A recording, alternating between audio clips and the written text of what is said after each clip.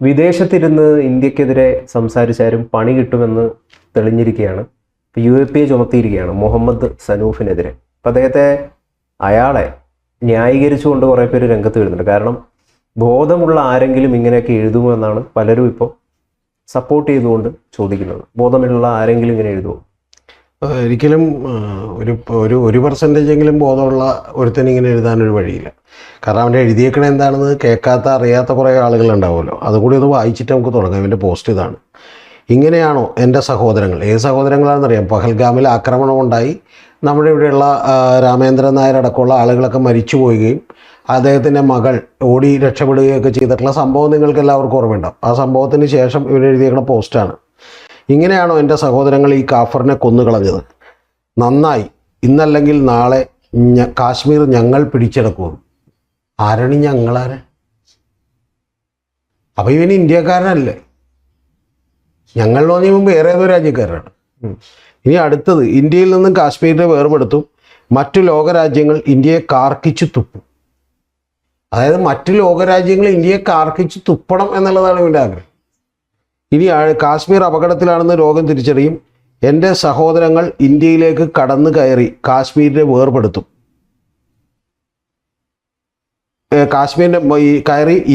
ഇന്ത്യയിലേക്ക് കടന്നു കയറി ഇന്ത്യൻ മുസ്ലിമിനെ സംരക്ഷിച്ച് ബാക്കി മനുഷ്യരെ കൂട്ടം കൂട്ടമായി നശിപ്പിക്കും. കാലങ്ങളോളമായി കാത്തിരിക്കുകയായിരുന്നു വിശുദ്ധ യുദ്ധത്തിനു വേണ്ടി. ഞങ്ങളെ ഇന്ത്യൻ ആർമി കൊന്നെന്നിരിക്കും. സ്ലീപ്പർ സെൽസിനെ നിങ്ങൾക്ക് കൊല്ലാൻ കഴിയില്ല. ഞങ്ങളുടെ ആശയവും ലക്ഷ്യവും ഒരിക്കലും മരവിപ്പിക്കാനും ഇല്ലാതാക്കാനും സാധിക്കില്ല. നാരെ തക്ബീർ എന്ന ഉച്ചത്തിൽ വിളിച്ചുകൊണ്ട് ഒരു ദിവസം നിന്റെ എല്ലാം അടുത്ത് ഞങ്ങൾ എത്തിയിരിക്കും. ഇതാണ് പോസ്റ്റ്. ഇവനെ ആരെ ബ്രെയിൻ വാഷ് ചെയ്യുന്നതെന്നാണ് രാജീവ് ചന്ദ്രശേഖർ ചോദിച്ചത്. അല്ല, തീർച്ചയായിട്ടും അത് അവനെ ബ്രെയിൻ വാഷ് ചെയ്യുന്ന ആരാണെന്ന് ഇന്ത്യൻ ഗവൺമെൻറ് കണ്ടെത്തണം. ഒരു സംശയമില്ല കാര്യത്തിൽ. പിന്നെ സൗദി അറേബ്യയിലാണ് അവൻ താമസിക്കുന്നത്. 26 വയസ്സേ ഉള്ളൂ. അവൻ ഇതുപോലെ വഴിതെറ്റിപ്പോയ ഒരുത്തനാണ്. സ്വാഭാവികമായിട്ടും ഒരു സംശയമില്ല അതിലെ കാര്യത്തിൽ.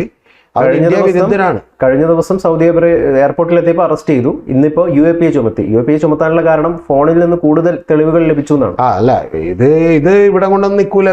ഇത് നിസ്സാര കാര്യമല്ല. കാരണം എന്താ വെച്ചാൽ ഇത് മാത്രമല്ല, ഞങ്ങൾ എന്നിവൻ പറയുന്നത് ആരാണ് ഈ ഞങ്ങൾ ഒരു ദിവസം ഇന്ത്യയിലേക്ക് കടന്ന് ഒരു മുസ്ലിമുകളെ രക്ഷിക്കും, ബാക്കിയുള്ള എല്ലാവരെയും കൊന്നൊടുക്കും എന്നൊക്കെ പറഞ്ഞാൽ ആരാണ് ഈ പറയുന്നത്? യഥാർത്ഥത്തിൽ ഞാൻ വിചാരിക്കുന്ന ഒരു കാര്യം, ഇവൻ്റെ സാമ്പത്തിക സ്രോതസ് എവിടെയാണ്, ഇവനെവിടെ ജോലി ചെയ്തതെന്നുള്ളതാണ് ഇന്ത്യൻ ഗവൺമെൻറ് ആദ്യം തന്നെ അന്വേഷിക്കേണ്ടത്. ഒന്ന്. അപ്പോൾ അത് കൃത്യമായി അന്വേഷിക്കപ്പെട്ടിട്ട് വേണം ഇത്തരത്തിലുള്ള ഒരു കാര്യം എന്തുകൊണ്ടാണ് ഇവൻ എഴുതിയത് എന്നുള്ളത് പരിശോധിക്കാം. ഇതിപ്പം മുസ്ലിം ബ്രദർഹുഡിന്റെ സ്ഥാപകനായിട്ടുള്ള എന്തായിരുന്നു അദ്ദേഹത്തിന്റെ പേര്? ഹസനുൽ ബന്ന. അദ്ദേഹത്തിന്റെ കോട്ട് പോലും ഉണ്ടല്ലോ, പ്രസിദ്ധമായിട്ടുള്ള കോട്ടാണ്. എന്താണ് ആ കോട്ട്? ആ കോട്ട് എന്ന് പറയുന്നത്: it is the nature of Islam to dominate, not to be dominated. നമ്മൾ ലോകം മുഴുവൻ കീഴ്പ്പെടുത്തുന്നുള്ളത്. ഇത്തരത്തിൽ മതപണ്ഡിതന്മാര് പല രാജ്യങ്ങളിലിരുന്ന് പ്രസംഗിക്കുന്ന വീഡിയോ അടക്കം ഇപ്പോൾ വൈറലാണ്. അതൊക്കെ പുറത്തു വരുന്നുണ്ട്. ഇപ്പോൾ ഏറ്റവും ഒടുവിൽ അങ്ങനെ ഒരു വൈറലായിട്ടൊരു വീഡിയോ പുറത്തു വന്നിട്ടുണ്ടായിരുന്നു. അതൊരു വളരെ പ്രസിദ്ധനായിട്ടുള്ള ഒരു ബ്ലോഗർ ഈ ന്യൂസിലാൻഡിൽ നിന്ന് നടത്തിയതാണ്. തക്ബീർ വിളിച്ച് ഇത് ന്യൂയോർക്കിസ്ഥാനായി മാറിയിരിക്കുന്നു, ഇസ്ലാം ലോകം മുഴുവൻ കീഴ്പ്പെടുത്തും, നിങ്ങളുടെയൊക്കെ വീടുകളിൽ ഇസ്ലാം വരുന്ന കാലം ആണ് വരാൻ പോകുന്നതെന്നൊക്കെ പറഞ്ഞ് ആഗ്രഹിക്കുന്നവരുണ്ട്. അത്തരത്തിൽ മനോഭാവമുള്ളൊരുത്തനാണ് ഇവൻ. അല്ല, ഇതിലൊന്നും നമ്മളിപ്പോൾ ഭയങ്കര ഞെട്ടലൊന്നും കാണിക്കാനില്ല. ഇപ്പോൾ ഏതാണ്ട് ISISലേക്ക് ഇന്ത്യയിൽ നിന്ന് പോയിട്ടുള്ള ആളുകളിൽ ഒരു 72 or 73, ഞാനിപ്പോൾ കൃത്യ നമ്പർ ഓർക്കുന്നില്ല, അത്രയും ആളുകൾ ഗൾഫ് രാജ്യങ്ങളിൽ നിന്ന് അതുപോലെ ഇതുപോലെയുള്ള മുസ്ലിം രാജ്യങ്ങളിൽ നിന്നൊക്കെ പോയവരാണ്. എന്ന് പറഞ്ഞാൽ സൗദി അറേബ്യ മറ്റു രാജ്യങ്ങളിൽ ചെല്ലുകയും അവിടെ നിന്ന് പോയിട്ടുള്ള ആളുകളാണ്. ഇത് ഗൗതം അറിയേണ്ടത്, ഇത് പണം കൊടുത്തും അവരെ കണ്ടിന്യൂസ്ലി ഇൻട്രാക്ട് ചെയ്തുമൊക്കെ ഇത്തരം ലെവലുകളിലേക്ക് മാറ്റാനുള്ള നിരവധി ആളുകളുണ്ട്. ഇപ്പോൾ ISISലേക്ക് ഏറ്റവും കൂടുതൽ ആളുകൾ പോയിട്ടുള്ളത് ട്രിനിഡാഡ് ആൻഡ് ടൊബാഗോ എന്ന് പറയുന്ന കരീബിയൻ ദ്വീപിൽ നിന്നാണ്. എങ്ങനെ പോയി എന്നുള്ളത് നമ്മൾ പഠിക്കേണ്ടതാണ്. ഞാൻ അതിനെക്കുറിച്ച് അത്യാവശ്യം റിസർച്ച് ചെയ്ത് ഞാനൊരു വീഡിയോ ചെയ്തിട്ടുള്ളതാണ് നാരദ ന്യൂസ്. അപ്പോൾ അതിൽ പറഞ്ഞിട്ടുണ്ട്, ഇത് ഏറ്റവും കൂടുതൽ ആളുകൾ റിക്രൂട്ട് ചെയ്യപ്പെട്ടാണ്. ഒന്ന്, അവരെ ഇതുപോലെ പല കാര്യങ്ങളും ഇഞ്ചെക്ട് ചെയ്ത് മനസ്സിനെ സ്വാധീനിച്ച്, പ്രത്യേകിച്ചും ഈ 10, 23 വയസ്സ്, 25 വയസ്സ്, 26 വയസ്സുള്ള ആളുകളെയാണ്. ആ സ്വാധീനിക്കാൻ പല കാരണങ്ങളും യഥാർത്ഥത്തിൽ ഉണ്ട്. അവർ പറയുന്ന ചില കാരണങ്ങളുണ്ടല്ലോ, അവർ കാരണങ്ങൾ ഇപ്പോൾ ബാബറി മസ്ജിദ് തകർക്കപ്പെട്ടത്, അങ്ങനെയുള്ള പല കാര്യങ്ങളും പറഞ്ഞുകൊണ്ട് ഇവരെന്ത് ചെയ്യും, കുറേ കൂടി ഇവരായിട്ട് അടുക്കുകയും സംസാരിക്കുകയും, അതുപോലെ സംസാരിക്കാൻ നല്ല മിടുക്കന്മാരായിട്ടുള്ള ആളുകളായിരിക്കും. അപ്പോൾ സംസാരിച്ച് ഇല്ലാത്ത വിഷം കുത്തി വെച്ചുകൊണ്ട് ആളുകളിലേക്ക് എന്ത് ചെയ്യും, ഇൻജെക്ട് ചെയ്യുകയും ചെയ്യും. ആ കാര്യത്തിലൊരു സംശയമില്ല. അത് ഇൻജെക്ട് ചെയ്ത് പിടിവിട്ടു പോയിട്ടുള്ള ഒരുത്തനാണ് യഥാർത്ഥത്തിൽ ഇപ്പോൾ ഈ പോസ്റ്റ് ഇട്ടേക്കണത്. പിന്നെ അവനൊരു കാര്യം മനസ്സിലായിട്ടില്ല, യഥാർത്ഥത്തിൽ ഇനി പോസ്റ്റ് ഇട്ടത് നന്നായി എന്ന് ഞാൻ പറയും. കാരണം പോസ്റ്റ് ഇടാതെ അവരൊക്കെ ഇതിനു വേണ്ടി വർക്ക് ചെയ്തിരുന്നിട്ടുണ്ടെങ്കിൽ എന്തായിരിക്കും എന്നുള്ളതാണ്. പിന്നെ ഇവനെ ഉപയോഗിക്കുന്ന രണ്ടാമത്തെ ഒരു വാക്ക് കൂടി ഉണ്ടായിരുന്നത്, അത് ഏറ്റവും അപകടകരമായിട്ടുള്ള ഒരു വാക്കാണ്. ഞങ്ങളെ ചിലപ്പോൾ ഇന്ത്യൻ സൈന്യം കൊന്നിരിക്കും, പക്ഷെ സ്ലീപ്പർ സെല്ലുകളെ കൊല്ലാൻ കഴിയില്ല എന്നാണ്. ഞങ്ങളുടെ ആശയത്തെ കൊല്ലാൻ പറ്റില്ല. അല്ല, സ്ലീപ്പർ സെല്ലുകളെ ആശയത്തെ കൊല്ലാൻ കഴിയില്ല എന്ന് പറഞ്ഞാൽ കുഴപ്പമില്ല. കാരണം ആശയം അവിടെ കിടന്നത് പുളക്കൊന്നുമില്ല. ആശയം ആളുകളുടെ ഉള്ളിലേക്ക് എത്തിയാലേ പുളക്കുള്ളൂ. ഇതങ്ങനെയല്ല. ഇത് നിങ്ങൾ അറിയേണ്ടത് സ്ലീപ്പർ സെല്ലുകളെ കൊല്ലാൻ കഴിയില്ല. ഇതെന്താണ് ഇവർ ഈ പറഞ്ഞുകൊണ്ടിരിക്കുന്നത് എന്ന് പറഞ്ഞാൽ കൃത്യമായി ഇവന് വേറെ ആരൊക്കെയോ ആയിട്ട് ബന്ധങ്ങളുണ്ട്. അവർ ബ്രെയിൻ വാഷ് ചെയ്തിട്ടുള്ള ഒരാളാണ്. ഇപ്പം ഇത് പിടിക്കാൻ തന്നെ കാരണം യഥാർത്ഥത്തിൽ അദീന ഭാരതി എന്ന് പറയുന്ന ഒരു RSS BJP സംഘപരിവാർ ഒരു ലോക്കൽ നേതാവായിട്ടുള്ള ഒരു പുള്ളിക്കാരുടെ പ്രയത്നം കൊണ്ടൊക്കെയാണെന്നൊക്കെ ഞങ്ങളെ ഇന്ത്യൻ ആർമി കൊന്നിരിക്കും, സ്ലീപ്പർ സെൽസിനെ നിങ്ങൾക്ക് കൊല്ലാൻ കഴിയും, ഞങ്ങളുടെ ആശയവും ലക്ഷ്യവും ഒരിക്കലും മരവിപ്പിക്കാനും ഇല്ലാതാക്കാനും സാധിക്കില്ല. അല്ല, ഞാൻ പറയുന്നത് ആ വാചകം തന്നെ ഓക്കെ, സ്ലീപ്പർ സെല്ലിനെ കൊല്ലാൻ കഴിയില്ല എന്നാണ് ഞാൻ പറ്റുമെന്ന് വിചാരിച്ചാൽ, അല്ല കഴിയുമെന്നാണ് പറഞ്ഞത്. പക്ഷേ സ്ലീപ്പർ സെല്ലിനെ കൊല്ലാൻ കഴിയുമെന്ന് പറഞ്ഞാൽ പോലും അത് വളരെ ഡേഞ്ചർ ആയിട്ടുള്ള വാചകമാണ്. സ്ലീപ്പർ സെല്ല് ഒരു സാധാരണ ഏതെങ്കിലും ഒരു സംഘടനയിൽ പ്രവർത്തിക്കാത്ത ഒരുത്തന്റെ വായിലേക്ക് ആദ്യം വരുന്ന ഡയലോഗ് അല്ലാതെ. ഞാനിപ്പം കഴിഞ്ഞ ദിവസം സ്ലീപ്പർ സെല്ലിന്റെ കാര്യം, നിങ്ങൾ ഹിന്ദുത്വത്തെ അല്ലെങ്കിൽ ഹിന്ദുത്വ രാഷ്ട്രീയത്തിന്റെ അപകടത്തെക്കുറിച്ചൊക്കെ സംസാരിക്കുമ്പോൾ നിങ്ങൾക്ക് ഒരുപാട് കയ്യടി കിട്ടും. കഴിഞ്ഞ ദിവസം ഒരു പോസ്റ്റ് കണ്ടു. അതിന് CPM വിമർശിച്ചുകൊണ്ടാണ് ആ പോസ്റ്റ്. DYFI നടത്തിയ ഒരു തുറന്ന ചർച്ച. അതിൽ P ജയരാജൻ അടക്കമുള്ളവരൊക്കെ ഉണ്ട്. ഹിന്ദുത്വവും ഇസ്ലാമിക രാഷ്ട്രവും എന്നാണ് ചർച്ച. അപ്പം അതിൻ്റെ താഴത്ത് വന്നിട്ട് കുറേയധികം ആളുകൾ കമൻ്റ് ഇട്ടിരിക്കുന്നത് തോറ്റ് തുന്നമ്പാടി ഒരു മൂലക്കിരുന്നിട്ടും ഇസ്ലാമിനെ കുറ്റം പറയാനാണല്ലേ നിന്റെ പണി എന്ന് പറഞ്ഞു. അല്ല, അതിലൊന്നും വലിയ കാര്യമൊന്നുമില്ല. ഈ വളരെ ഈ കേരളത്തിലുള്ള 70, 75, 80 ലക്ഷത്തോളം ആളുകളിൽ വളരെ 1%, 2%, 3% താഴെയുള്ള ആളുകളാണ് ഈ പറയുന്ന സോഷ്യൽ മീഡിയയിൽ അവർ വളരെ ആക്റ്റീവാണെന്ന് മാത്രമേ ഉള്ളൂ. അതൊക്കെ ഗൗതത്തിന് അറിയാൻ പാടില്ലായിട്ടാണ്. അത് വളരെ ഫണ്ടഡ് ആയിട്ടുള്ള പരിപാടികൾ അവർ ചെയ്തുകൊണ്ടിരിക്കുകയാണ്. ഇപ്പോൾ കാസ എന്ന് പറഞ്ഞൊരു സംവിധാനമുണ്ട്. എത്ര പേരുണ്ട് അതിനകത്ത്? അവർ പുതിയ രാഷ്ട്രീയ പാർട്ടി രൂപീകരിക്കാൻ വേണ്ടി രൂപീകരിച്ചില്ലല്ലോ. പക്ഷെ അവർക്ക് 600 ഐഡികൾ ഉണ്ടാവും, ചിലപ്പോൾ 6000 ഐഡികൾ ഉണ്ടാവും. ഈ ഐഡികളിലൂടെ ഇവരെന്ത് ചെയ്യും? ഇതുപോലെയുള്ള യുദ്ധങ്ങൾ സോഷ്യൽ മീഡിയയിൽ നടത്തിക്കൊണ്ടിരിക്കും. അതിപ്പോൾ യഥാർത്ഥത്തിൽ ഇവർക്കെല്ലാവർക്കുള്ള സുഖമാണിത്. ആ സുഖം കൊണ്ടുള്ള ഗുണം എന്താണെന്ന് വെച്ചിട്ടുണ്ടെങ്കിൽ ഇവിടെ BJPയും സംഘപരിവാറും കുറച്ചും കൂടി ശക്തമായി, അത്രേ ഉള്ള കാര്യം. അപ്പോൾ അതുകൊണ്ട് ശരിക്കും പറഞ്ഞാൽ ഇവരുടെയും ഉദ്ദേശം അത് തന്നെയാണ്. ഇവരിൽ പകുതി പേരുടെ ഉദ്ദേശം അത് തന്നെയാണ്. കാരണം അവർ വളർന്നാലേ പിന്നെ ഇവർക്ക് കൂടുതൽ വളരാൻ പറ്റുള്ളൂ. അല്ലാതെ ഇവർക്ക് വലിയ അതിനോട് മറ്റേ എതിർപ്പോ അല്ലെങ്കിൽ അങ്ങനെയുള്ള പ്രശ്നങ്ങളൊന്നും. ഇതിലൂടെ ഒരു കാര്യം വ്യക്തമായി, ഇന്ത്യയിൽ ഇരുന്നിട്ടല്ല പുറം രാജ്യത്തിരുന്നിട്ട് ഇന്ത്യയെ കുറ്റപ്പെടുത്തിയാലും പണി കിട്ടും. അല്ല, പുറം രാജ്യത്തല്ല എവിടെ ഇരുന്ന് ഇന്ത്യയെ കുറ്റപ്പെടുത്തിയാലും പണി കിട്ടും. ഇപ്പോൾ പഴയ പോലെയല്ല ഇന്ത്യ എന്ന് പറയുന്നത്. ഇന്ത്യ ഇപ്പോൾ കാനഡയിലിരുന്ന് ഇന്ത്യക്കെതിരെ ഭീകരവിരുദ്ധ പ്രവർത്തനം നടന്ന ആളുകൾ കൊല്ലപ്പെടുന്നുണ്ട്. പനിയൊക്കെ വന്നും ചുമയൊക്കെ വന്നൊക്കെ മരിക്കുന്നുണ്ട്, വെടിയുണ്ട കേട്ടിട്ടൊക്കെ മരിക്കുന്നുണ്ട്, അവിടെയുള്ള ആളുകൾ കൊല്ലുന്നുണ്ട്. അങ്ങനെയൊക്കെ പണി കിട്ടും. പിന്നെ രണ്ടാമത്തെ കാര്യം എന്ന് പറഞ്ഞാൽ ഇത് തീർച്ചയായിട്ടും ഞാൻ പറയണത്, ഇത് ആളുകൾക്ക് പണി കൊടുത്താൽ പോരത്. ഇത് ഗൗരവത്തിൽ ഗവൺമെൻറ് അന്വേഷിക്കണം. ഇത് ഏത് സംഘടനയുമായിട്ടായിരുന്നു ഇവർ ബന്ധം, എന്താണ് ഇവൻ്റെ ഈ ഐഡിയോളജിയിലേക്ക് ആളുകളെ പെടുത്തിയത് എങ്ങനെയാണ്. പിന്നെ ഗൗതത്തിനൊക്കെ അറിയുമെന്നറിയില്ല. ഇതിൻ്റെയൊക്കെ പിന്നിലുള്ളൊരു കാര്യം എന്ന് പറഞ്ഞാൽ, ഇപ്പം സിഖ് തീവ്രവാദികളുമായിട്ട് ബന്ധപ്പെട്ടുള്ള സംഭവത്തിൽ അവർക്ക് പെട്ടെന്നൊരു സുപ്രഭാതത്തിൽ ഗൾഫിൽ നിന്നൊരു നേതാവ് ഇങ്ങോട്ട് വരികയാണ്. ആ നേതാവിനെ ആ സംഘടന മുഴുവൻ അംഗീകരിക്കുകയാണ്. ഇതൊക്കെ എങ്ങനെ സംഭവിക്കുന്നു എന്ന് ചോദിച്ചാൽ, ഇതിൻ്റെ പുറകിൽ വലിയ ഫണ്ടിങ്, അതുപോലെ തന്നെ മറ്റ് രാജ്യങ്ങളിൽ നിൽക്കുന്ന ആളുകളെ കണ്ടെത്തി ഇതുപോലെ അവരെ നേതാക്കന്മാരാക്കാൻ, അവരെ സെല്ലുകളാക്കാൻ വേണ്ടിയിട്ടുള്ള നർച്ചർ ചെയ്യുന്ന പണികളുണ്ട്. അതിനുവേണ്ടി കോടിക്കണക്കിന് രൂപ ഈ ലോകത്ത് ഫണ്ട് ചെയ്യുന്നുണ്ട്. അപ്പോൾ അത്തരത്തിലുള്ള കാര്യങ്ങളൊക്കെ തന്നെ ഇപ്പം നേരത്തെ പറഞ്ഞ പോലെ സയ്യിദ് കുത്തുബ് ആണെങ്കിലും ഹസനുൽ ബന്നയൊക്കെ ആണെങ്കിലും അവരെയൊക്കെ ഈ സയ്യിദ് കുത്തുബിനെയൊക്കെ തൂക്കിക്കൊന്നാണ്. അത് കഴിഞ്ഞതിന് ശേഷവും ആളുകൾ ഇതിനു വേണ്ടി നിരന്തരമായി പണിയെടുക്കുന്നുണ്ട്. ISIS പോലെയുള്ള തീവ്രവാദികളുടെ സംഘടനകൾക്കിടക്ക് $1100 മില്യൺ വരുമാനമുള്ള സംഘടനയാണ്. അപ്പോൾ അത്തരത്തിൽ വലിയ ഫണ്ടിങ് ഇതുമായി ബന്ധപ്പെട്ട് നടക്കുന്നുണ്ട്. അതുകൊണ്ട് നമ്മുടെ ഇവിടെ നിന്ന് വിദേശത്ത് പോകുന്ന ആളുകളിൽ നിരവധി പേർ ISISലേക്ക് എത്തിപ്പെട്ടിട്ടുണ്ട് പൊട്ടിത്തെറിക്കാൻ വേണ്ടിയിട്ട്. അപ്പോൾ അതുകൊണ്ട് ഇത് ഗവൺമെൻറ് ഗൗരവത്തിലെടുത്ത് അന്വേഷിക്കേണ്ടതാണ്, ഒരു സംശയമില്ല കാര്യം. ഫാത്തിമ തഹലിയ വിളക്ക് കത്തിച്ചപ്പോൾ ഉടനടി പൊട്ടിത്തെറിക്കാനായിട്ട് കുറേ മത പണ്ഡിതർ രംഗത്ത് വന്നിട്ടുണ്ടായി.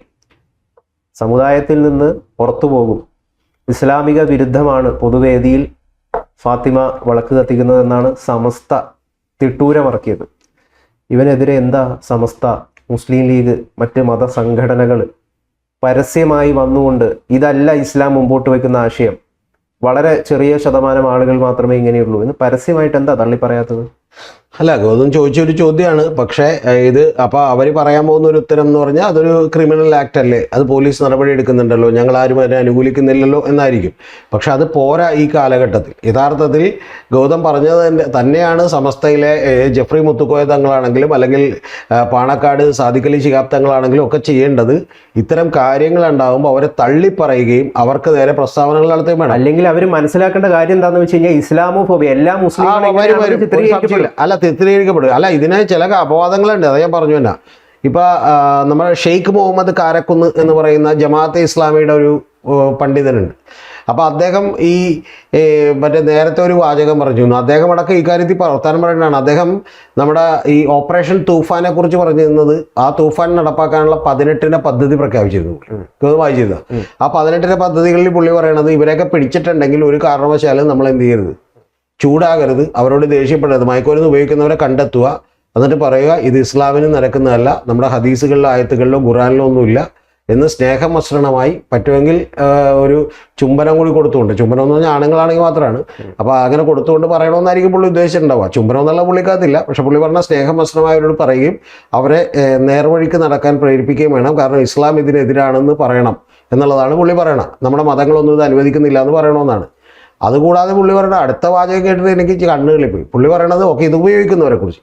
ഇനി ഇത് വിൽപ്പന നടത്തുന്ന വലിയ റാക്കറ്റിലുള്ള ആളുകൾ കണ്ടാൽ അവരോട് നമ്മൾ ചെന്ന് സ്നേഹമസൃണമായി സംസാരിക്കുകയും അവരെയും ഇതിൽ നിന്ന് ഇത് മതപരമായി നമ്മൾ ചെയ്യാൻ പാടില്ലാത്ത കാര്യമാണെന്ന് പറഞ്ഞ് പിന്തിരിപ്പിക്കുകയും വേണമെന്നാണ് പുള്ളി പറയുന്നത്. അപ്പോൾ 2 ചോദ്യങ്ങൾ എനിക്ക് പുള്ളിനോടുണ്ട്.